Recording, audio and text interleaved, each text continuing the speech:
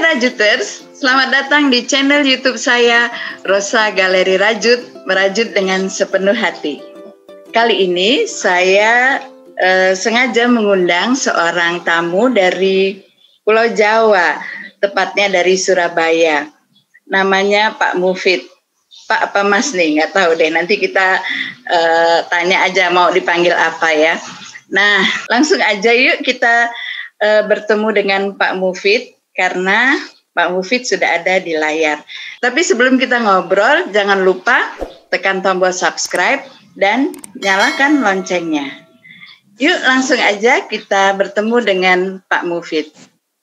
Halo, Pak Mufid. Manggilnya apa ini? Saya manggilnya Pak apa Mas? Kalau Pak kayaknya ketuaan ya. Saya baru ulang tahun kemarin 53 tahun. Oh, 53. WSO itu namanya Pak Panda. Karena kebanyakan ikut WSO itu bunda-bunda. Oh. Jadi pada bingung ini ada panda. Panda itu apa? Ternyata papa. Papa. Jadi mau dipanggil apa ini? Panda. Panda, oh ya oke. Ya. Berarti terkenalnya bunda kan? Jadi ini lawannya bunda panda ya? Panda di Rajuters. Oh ya, oke. Ngomong-ngomong, Pak Mufid ini kapan? Panda, Panda Mufid ini kapan nih? Ini apa? Mulai ngerajutnya? Saya baru mulainya 2018 bulan Agustus. Oh, ya termasuk kelas pemula ya. Tapi itu lihat karya-karyanya udah banyak tuh.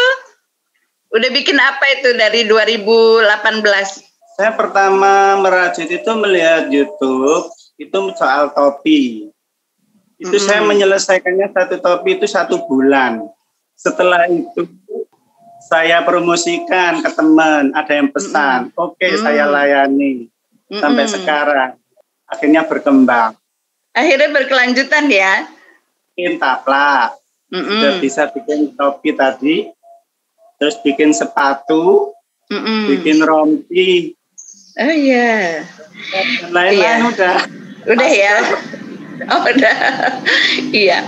Itu apa mulainya gimana itu? Waktu belajarnya itu langsung dari YouTube atau waktu masih kecil belum kenal rajut? Saya merajut, cuma saya hanya di sampingnya aja merhatikan, nggak pegang alatnya. Nah, bulan Agustus itu saya lihat YouTube itu, kok saya tertarik. Langsung saya beli alatnya sama benangnya.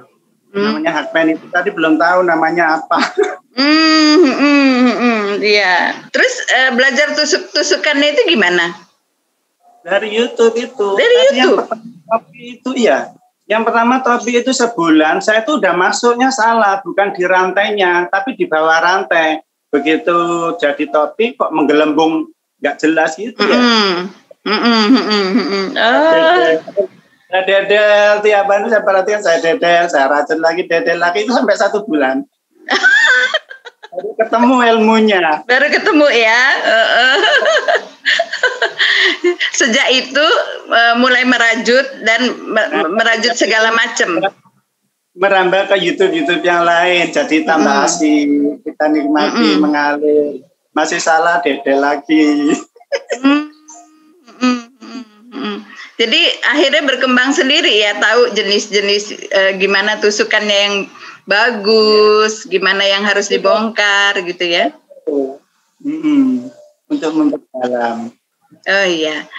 Kemudian apa yang paling disukain gitu ngerajut apa? Pertama topi itu tadi ya, kan melingkar aja hitungannya. Itu kok monoton, pingin tantangan lagi kan. Di Facebook ada itu WSO tas, mulai masuk ikut WSO sampai 6 WSO. Modelnya tasnya gini, ada itu tapestry, belok ke tapestry. Jadi tapi diselesaikan itu kalau ikut workshop online itu diselesaikan. Sama ada WSO tas, saya semangat, saya masuk 10 besar setornya. Oh iya. Bunda-bunda yang lain udah pada down. Ini ada Panda pemasok 10 besar. Nah, setelah itu masuk ke sepatu, kenal dengan Opa Pit. Dirangkul, ayo Pak kita maju bersama Rajuter laki-laki. Diangkat saya dari sekretaris Persatuan Rajut Sepatu Sidoarjo. Saya dapat ilmu di sepatu kan, saya dari nol itu. Mana caranya bikin sepatu susah. Itu mungkin penonton belum tahu Panda ini tinggalnya di mana? Oh iya lupa. Saya tinggal di Sidoarjo, di Masangan Wetan. Tangga saya itu banyak perajut, cuma jarang langsung. Nah setelah gabung di PSR sini, kita sering kopdar. Sebulan sekali kita ada pertemuan. PSSI itu apa? PSRS. Perajin Sepatu Rajut Sidoarjo. Prakarsai oleh Om Apit dan Opa Apit. Iya. Kan ilmu ya, dirangkul siapa aja oke. Bahkan saya rangkul juga oke ya. Oh iya, saya jadi murid barunya sekarang. Terima kasih dimasukkan jadi murid. Aku pengen sekali itu. Nanti aku setor deh, pasti setor. Pasti setor ya, awas lo kalau nggak setor. Katanya gurunya galak soalnya. Iya galak gini, apalagi sama panda-panda itu galak banget. Ya pasti dimarahin kalau nggak setor itu. Iya. Nah di Sidoarjo ternyata banyak ya perajut-perajut, apa hanya perajut sepatu aja atau gimana perajut yang lain juga? Di sepatu itu sudah mulai banyak. Sebelumnya saya gabung di PSS itu mungkin sudah ada ya. Tapi begitu ada wadah, itu pada bergabung-gabung gitu. Akhirnya sekarang sudah 16 orang. Selain dari sepatu, saya lihat itu juga banyak. Cuma mau gabung itu dia masih punya kesibukan lain. Saya sudah mulai jawil-jawil yang teman-teman biasa dari Sidoarjo, Surabaya itu. Iya, kalau ngomong PSRS itu kapan dibentuknya? 1 Januari 2021. Baru pertemuan 6 kali. Baru. Jadi setiap bulan ketemuannya. Ya. Karena pandemi ini berarti lebih ini ya, lebih efektif ngerajutnya ya. Panda. Oh, pasti. Saya yang di rumah tiap hari karyanya saya semakin banyak. jadinya yang kerja bundanya ya. Pandanya ngerajut.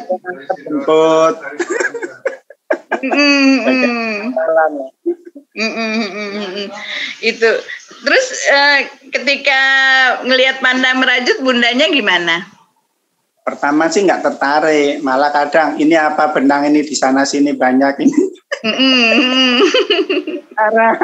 Sekarang udah tahu hasilnya kan, produk saya udah laku, terus lebih terangkat kan perekonomian keluarga, ya lumayan. Bahkan dipromosiin kali ya, selain dibikinin. Iya. Teman-teman udah mulai kenal saya ini karya siapa. Kan? Iyalah bagus, berarti didukung banget sama bundanya ya. Ngerti. Iya. Terus teman-teman yang lain yang di PSRS ini selain merajut sepatu nggak merajut yang lain? Ya masih, ilmunya kan pasti berkembang itu kalau merajut. Cuma yang difokuskan di mana? Gitu. Iya, itu model sepatunya gimana, langsung dijahit ke solnya? Iya. Kan ada. Oh iya, iya. Kan ada model sepatu yang dipres dulu, jadi kita hanya merajut atasnya aja, kemudian dirangkai ke solnya itu dengan perajin sepatu. Tapi kalau yang Panda bikin enggak ya? Enggak, langsung ada solnya, kita lubangin solnya, langsung kita rajut di sepatunya. Gitu,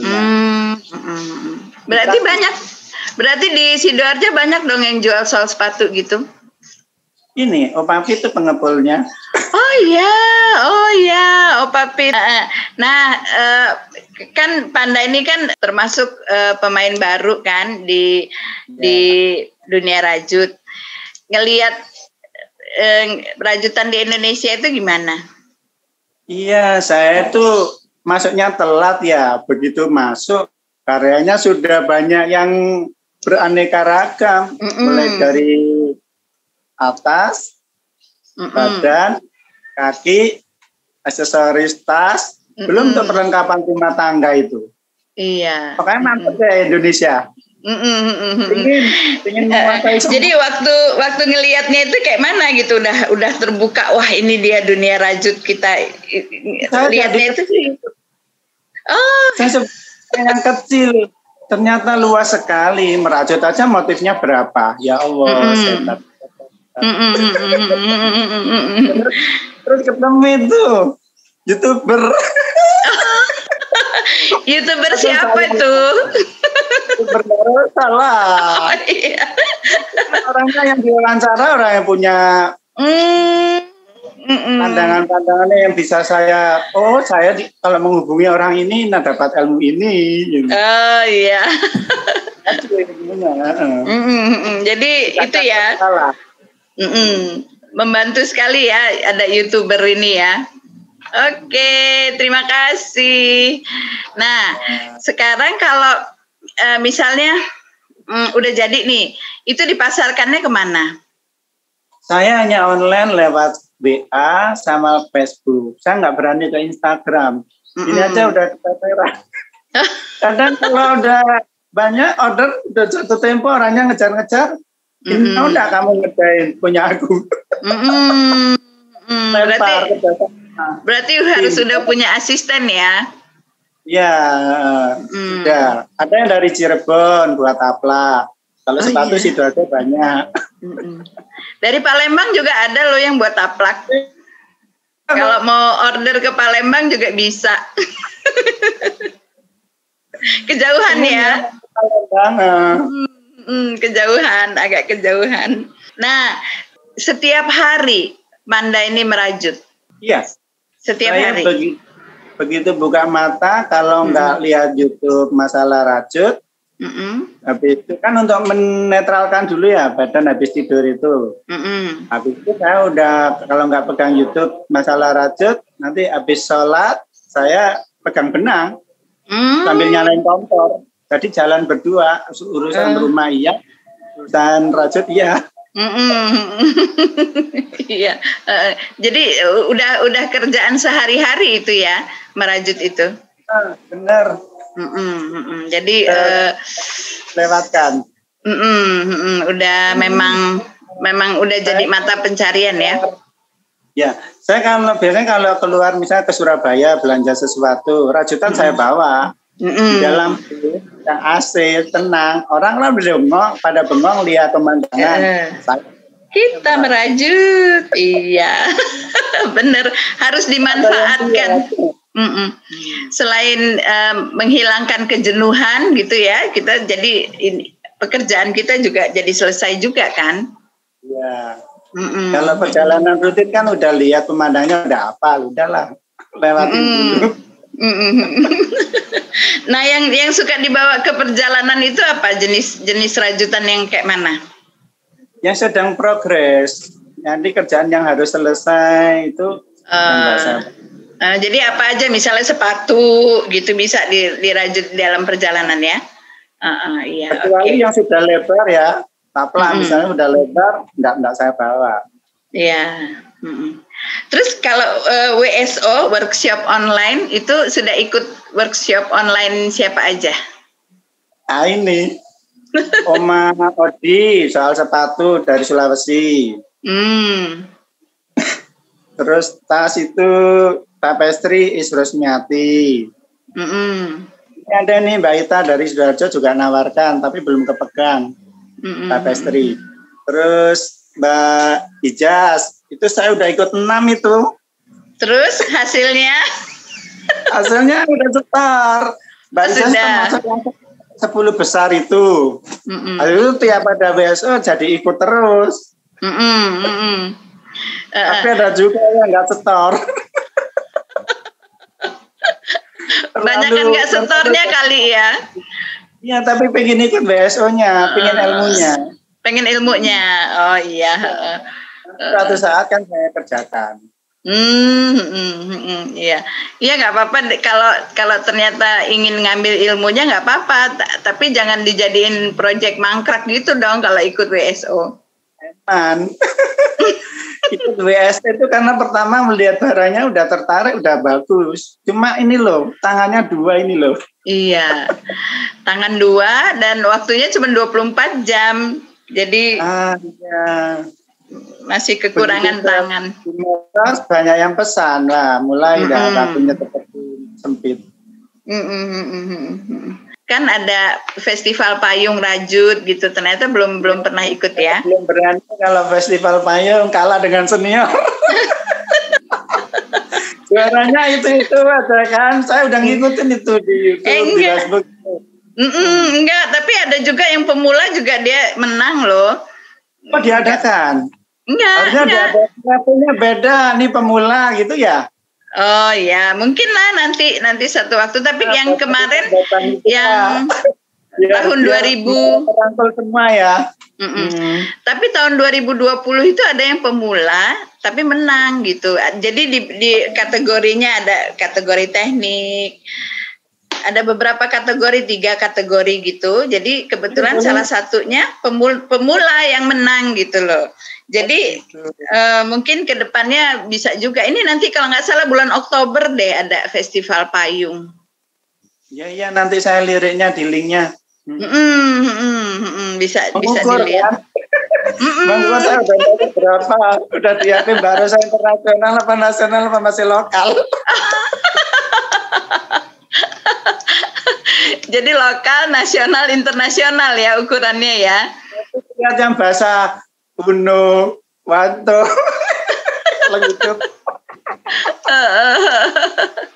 Terus perajut-perajut nasional ada juga yang kenal. Maksudnya guru-guru WSO gitu pernah ikut yang guru. Bingung ya, yang kategori nasional itu siapa aja? Cuma aku bisanya Omaling, terus Eagle, Milana Eagle.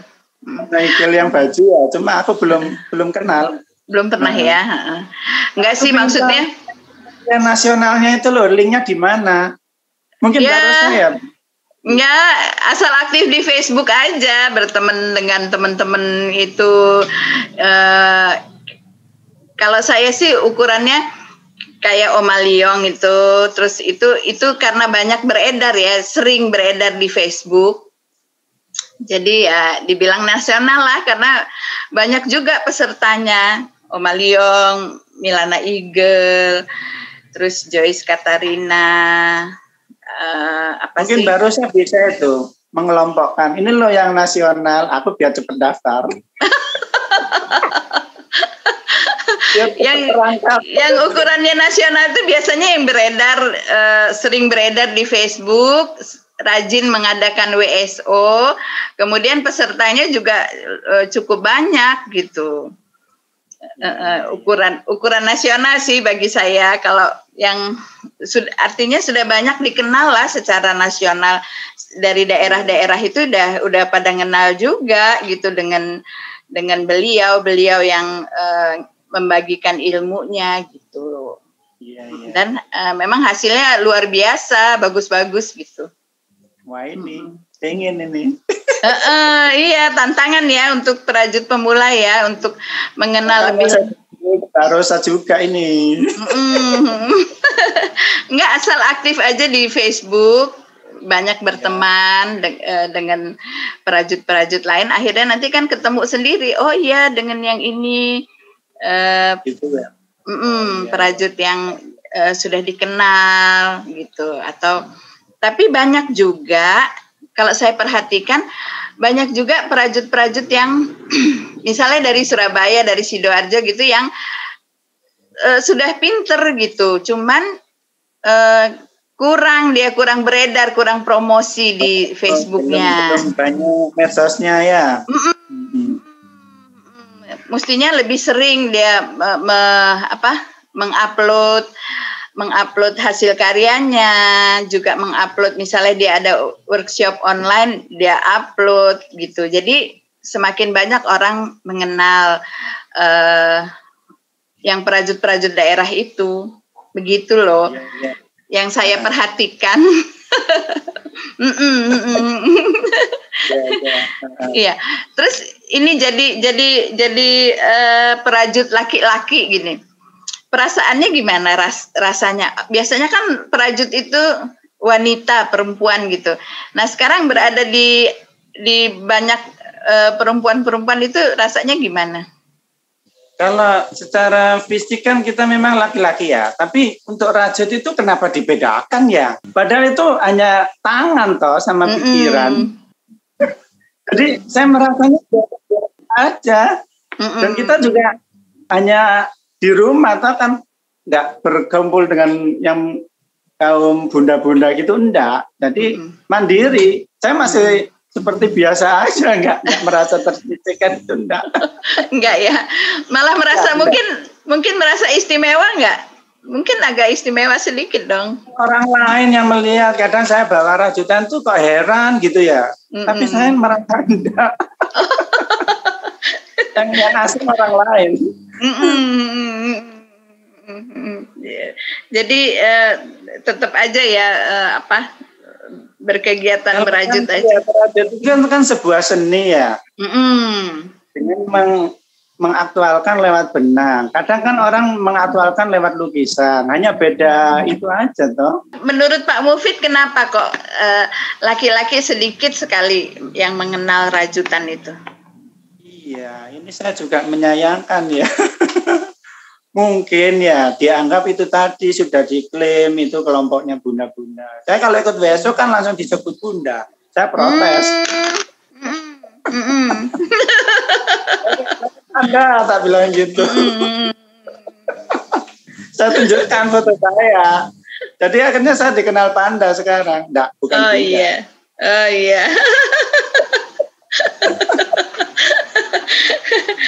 di Sidoarjo atau di Jawa Timur itu banyak nggak laki-laki yang merajut, yang setahu Panda?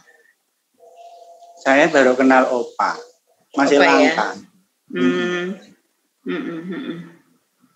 Teman saya, Eso itu, ini loh siapa? Itu Bunda, bukan itu Panda. Ditunjukkan ke suaminya, maksudnya foto saya. Itu Panda. Harusnya nggak aneh ya kalau misalnya panda-panda yang lain ikut merajut juga. Karena mesti kelompoknya sedikit dianggap aneh. Karena juga sudah biasa dilakukan oleh bunda-bunda ya. Jadi ada laki-laki tinggal goyangkan tangan aja udah lebih bagus kadang. Iya. Mulai ada ini. Ada beberapa juga yang memang bagus, bahkan ada juga yang laki-laki menggelutin itu dan menjadi ahli gitu. Ya, ada beberapa. Iya. Terus lingkungan melihat Panda merajut itu gimana? Saya di kanan kiri tetangga kan ada grup WA. Saya share, tiap ada produk saya share. Saya udah terkenal di sini. Oh iya. Hanya itu buat saya di situ. Jadi udah nggak heran lagi ya. Enggak, rezeki itu. Jadi walaupun di rumah tapi tetap ada kegiatan, udah menjadi mata pencaharian ya ini. Alhamdulillah rezeki. Terus mengenai harga rajutan gimana? Saya menargetkan harga Panda di atas bunda-bunda. Kenapa? Produk itu langka. Ternyata laku. Bunda-bunda jualnya berapa sepatu? Sekian. Saya di atasnya. Masih laku. Istimewa ya. Jadi pasang harga tinggi. Jadi di atas kekurangan kita bisa ngambil kelebihannya. Iya deh. Tapi juga tergantung daerah Mbak Rosa, kalau harga kasihan juga itu teman-teman yang di daerah kadang kan. Kalau Panda ngelihatnya sendiri gimana soal harga rajutan ini? Saya melihat produk saya dulu, ini bagus, saya harus berani tinggi. Bukan dari daerah mana. Begitu nanti negosiasi, ketahuan, ini daerah minus, oke lah. Saya kasih diskon lah gitu, tapi harga tetap. Sip. Berarti pejuang harga juga ya. Edukasi masyarakat yang belum ngerti rajut harus ngerti. Saya bilang, sampai kalau beli di Matahari harga sekian langsung dibayar. Coba kalau ini karya hasil handmade, kok masih nawar-nawar, tak bilang gitu. Soalnya banyak juga yang supaya laku sudah dikasih harga berapa aja dilepas gitu. Kali-kali nggak apa-apa lah diskon gitu aja, tapi harga tetap. Iya, itulah mungkin salah satu kekurangan perajut-perajut Indonesia itu begitu ya soal harga. Kadang merasa kan banyak ini udahlah diturunin biar laku, saya enggak. Tetap pejuang.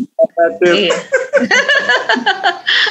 Kalau menurut Panda sendiri gimana, rajutan itu gimana, barang yang eksklusif kah atau gimana? Ini pelakunya sedikit, itu karya seni yang sangat indah. Jadi harus di-up ya, diangkat ya. Kalau harga mesin kita udah ketahuan nih modelnya begini. Kalau handmade imajinasi. Banyak imajinasinya supaya rajutan ini menjadi bagus itu gimana gitu. Kalau mesin itu kan dia hanya berjalan sesuai dengan apa yang sudah dirancang. Kalau merajut ini kadang-kadang di tengah jalan bisa berubah, bisa harus begini. Mbak Rosa yang dipakai itu aja udah muncul imajinasi warna. Katanya yang dipakai putih, ini kok nggak diwarna-warni. Menginspirasi saya lagi.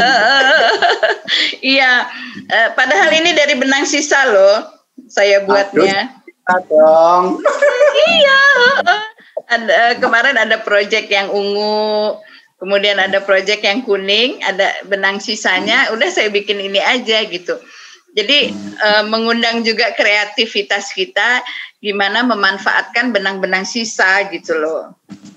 Bukan hanya benang sebenarnya, limbah-limbah bekas itu ada itu ya, yang dirajut dengan ilmunya itu.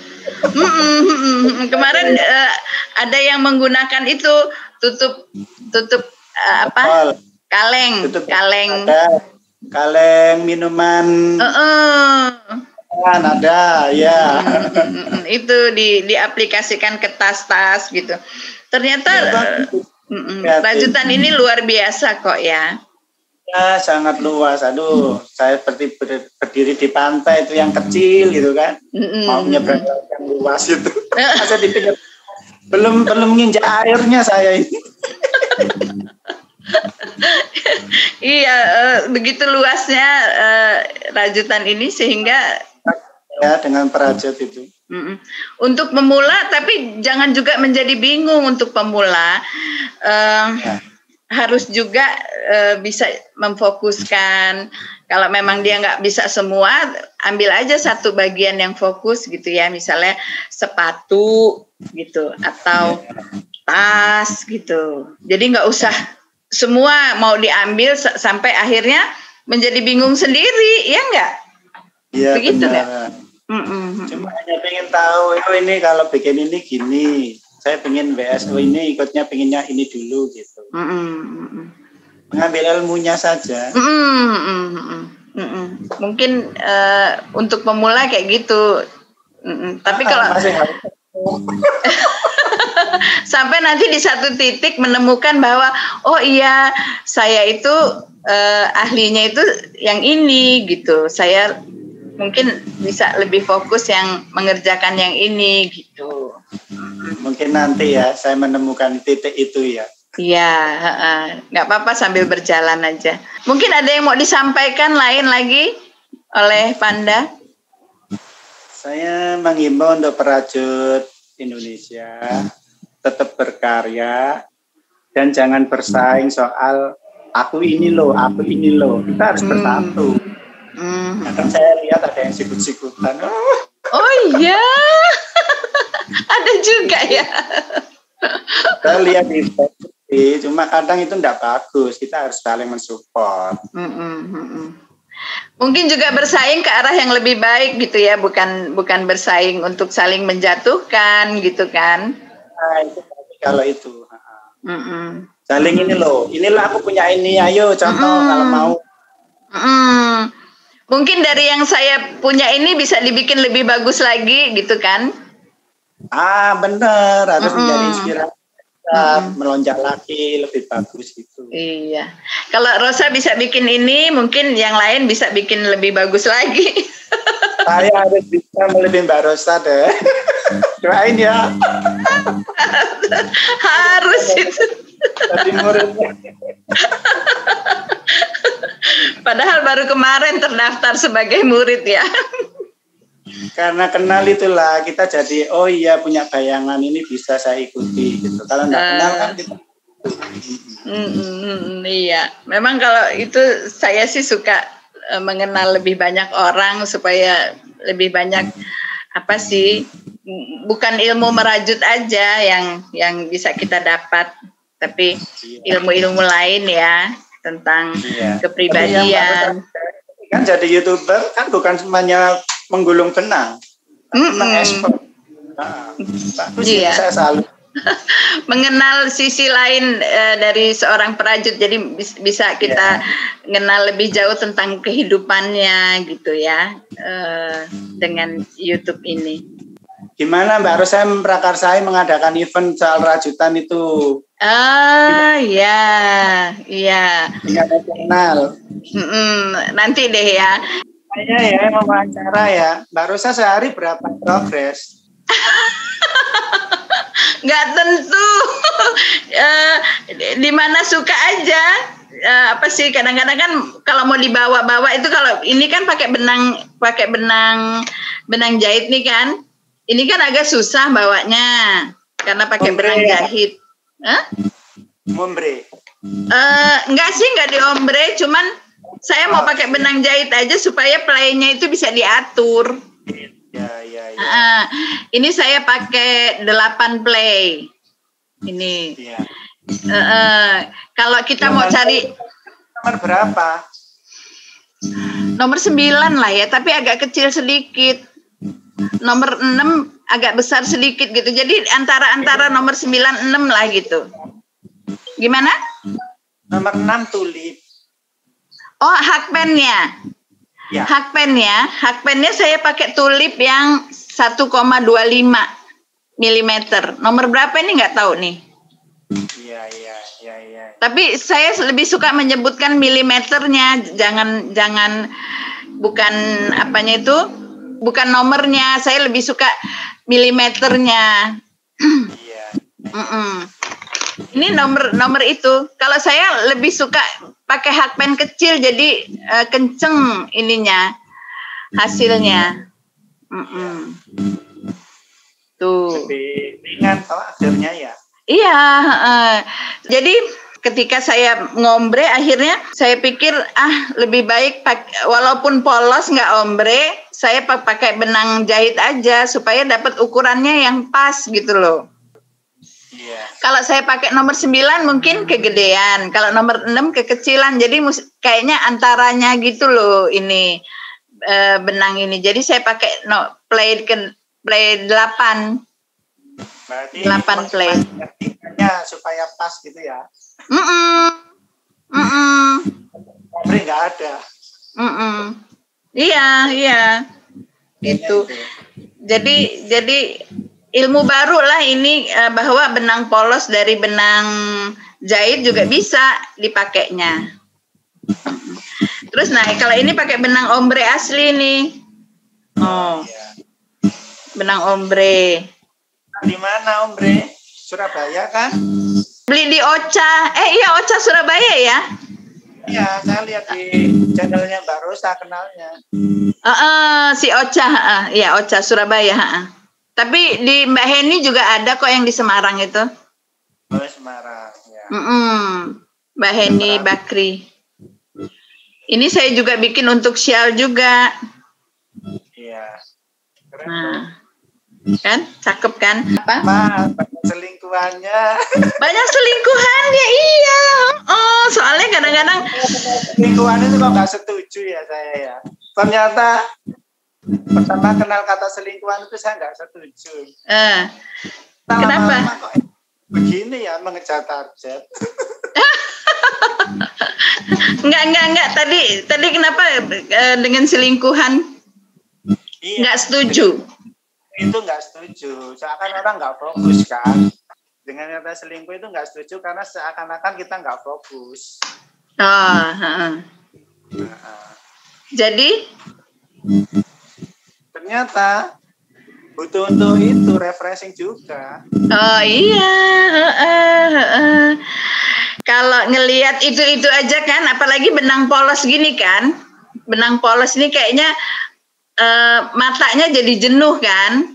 Matanya jadi jenuh juga, terus perasaan kita jadi jenuh, jadi mesti diganti dengan yang lebih berwarna gitu, dengan warna lain, dengan itu. Jadi kalau Panda menyelesaikan, kalau misalnya sedang ngerajut, pernah ada selingkuhannya nggak?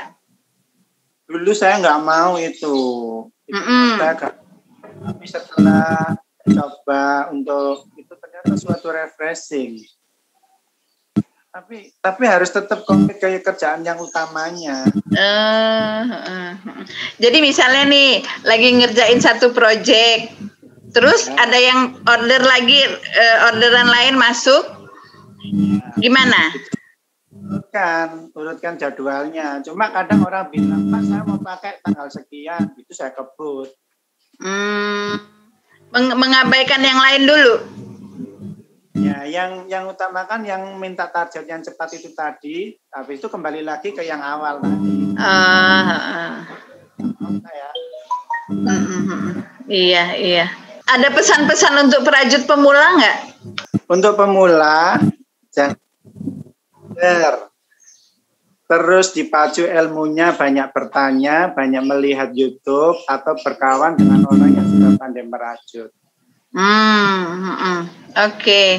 Iya deh, oke kalau gitu ya. Panda, terima kasih sudah bergabung. Kiranya pembicaraan kita ini menjadi manfaat bagi banyak orang. Ya, salam untuk keluarga, salam juga untuk Opa, Oma Pit yang ada di situ. Semoga sukses semuanya ya. Oke, terima kasih. Yuk, dah. Rajuters, demikian tadi perbincangan saya dengan Panda. Rupanya beliau mau dipanggil Panda. Panda Mufid karena mengimbangi dengan bundanya. Semoga apa yang jadi pembicaraan kita pada hari ini bermanfaat untuk banyak perajut atau siapa saja yang menonton tayangan ini. Dan terima kasih karena sudah menonton tayangan ini. Sekali lagi, jangan lupa tekan tombol subscribe dan nyalakan loncengnya. Bye!